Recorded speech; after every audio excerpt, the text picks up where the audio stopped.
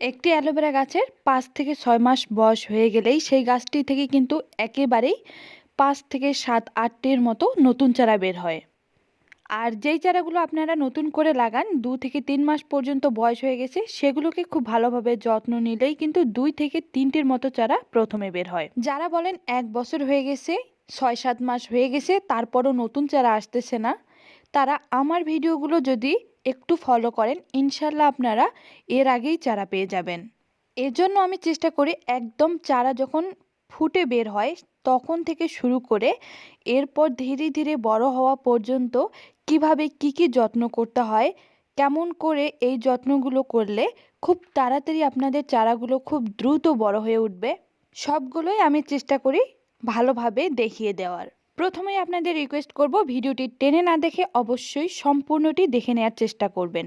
আসসালামু আলাইকুম, welcome back to my channel tips and tricks with Nasrin. কেমন আছেন সবাই? আশা করছি যে যেখানে আছেন ভালো আছেন, সুস্থ আছেন। এই টবের মধ্যে যে গাছগুলো আপনারা দেখতে পাচ্ছেন, এগুলো আমি প্রায় 2 মাস আগেই যত্ন করা শুরু করে দিয়েছি। তখন এখানে 2টি গাছ ছিল, এরপর ছোট ছোট 2টি চারা ছিল। সেই গাছগুলো দেখুন যে আগের ছোট 2টি চারা সেগুলো অনেক বড় বড় হয়ে গেছে। এই গাছগুলোর যেদিন থেকে আমি যত্ন নেওয়া শুরু করেছি সেদিন আমি একটা ভিডিও আপনাদের সাথে শেয়ার করেছিলাম। সেই ভিডিওটি আপনারা অবশ্যই দেখে নেবেন। আমি এখানে স্ক্রিনে ছবিটি শেয়ার করে দিলাম। সেদিন আমি কিভাবে কি উপাদান দিয়ে যত্ন নেওয়া শুরু করেছি আপনারা দেখে নিতে ভুলবেন না। এরপর আজকে আমি আপনাদের সাথে এই গাছগুলো শেয়ার করতেছি। দেখুন নতুন করে আরও 6 থেকে 7টি চারা বের হয়ে গেছে। এখনও চারাগুলো অনেক ছোট ছোট রয়েছে, যেগুলো ক্যামেরাতে আমি জানি না আপনারা দেখতে পাচ্ছেন কিনা, আমি দেখার যথেষ্ট চেষ্টা করেছি। এই চারাগুলো আরেকটু বড় হয়ে গেলে আমি আপনাদের সাথে আবারও শেয়ার করব এরপর আমি কিভাবে যত্ন নিব। তবে আজকে আমি কি উপাদান এই গাছগুলোতে দিব যেন চারাগুলো কোনোভাবে মরে না যায়, আবার পচে না যায় এবং চারাগুলো খুব দ্রুত বড় হয়ে ওঠে।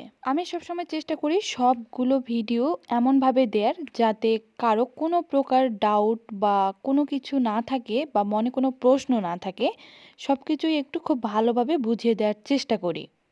এরপরও যদি কারো কোনো প্রশ্ন থাকে অবশ্যই আপনারা চেষ্টা করবেন কমেন্ট বক্সে জানিয়ে দেওয়ার। আমি সবসময় চেষ্টা করি যেন আপনাদের কমেন্টের রিপ্লাই দিতে পারি।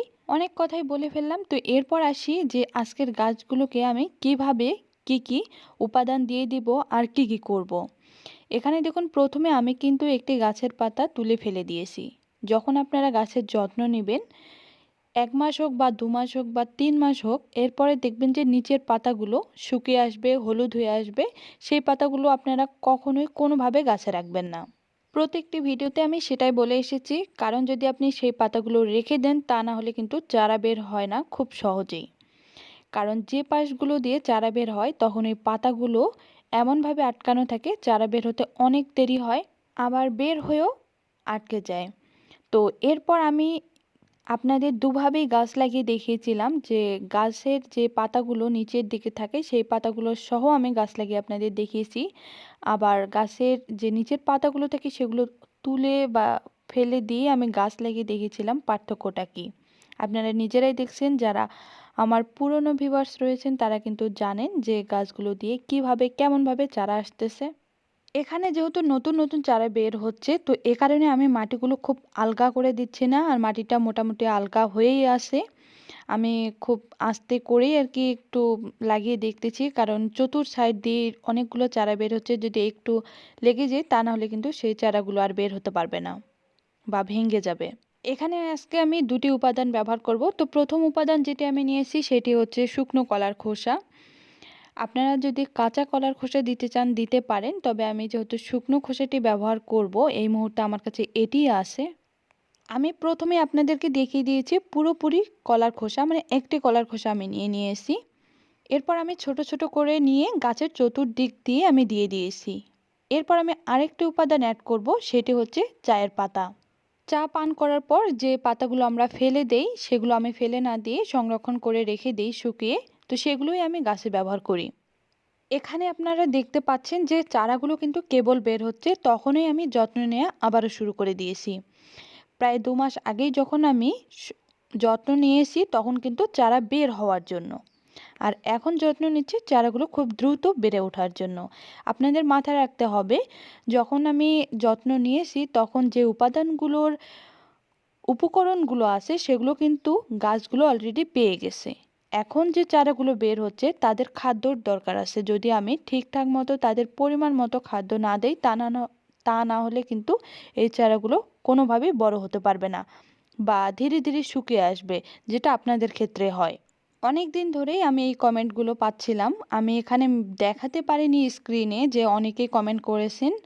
তো যারা বলেছেন যে চারা বের হয় কিন্তু শুকিয়ে যায়, পচে যায়, বড় হতে পারে না, বের হতে পারে না, অল্প একটু হওয়ার পরেই আর হয় না। তো এই কারণগুলো আপনাদেরকে মাথায় রাখতে হবে যে কী কারণে চারাগুলো বের হচ্ছে না। মানে গাছটি পুরোপুরি খাদ্য পাচ্ছে কিনা বা চারাগুলোর কী কী দরকার সেগুলো তারা পাচ্ছে কিনা, মাটির উর্বরতা ঠিক আছে কিনা, এগুলোর দিকে আপনারা লক্ষ্য রাখবেন। আমি অপেক্ষা করতেছিলাম যে আপনাদের কোনো ভিডিওর মাধ্যমে দেখাতে হবে যে যখন আমার নতুন নতুন চারাগুলো আসবে সেগুলোর আমি কিভাবে যত্ন নেই, যেটা আজকে আমি আপনাদেরকে দেখিয়ে দিলাম। তো এরপর আমি অল্প একটু মাটি উপরে দিয়ে হালকা করে পানি দিয়ে রেখে দিলাম। আর এটা মাথায় রাখবেন যে চারাগুলো বের হয়েছে সেগুলো যেন কোনোভাবে মাটি না পড়ে। এরপর সামনে আবারও আমি ভিডিও দিয়ে দিব যখন চারাগুলো বড় হবে, এরপর কিভাবে যত্ন নিতে হবে। আজকে এ পর্যন্তই, ভালো থাকবেন সবাই, আল্লাহ হাফেজ।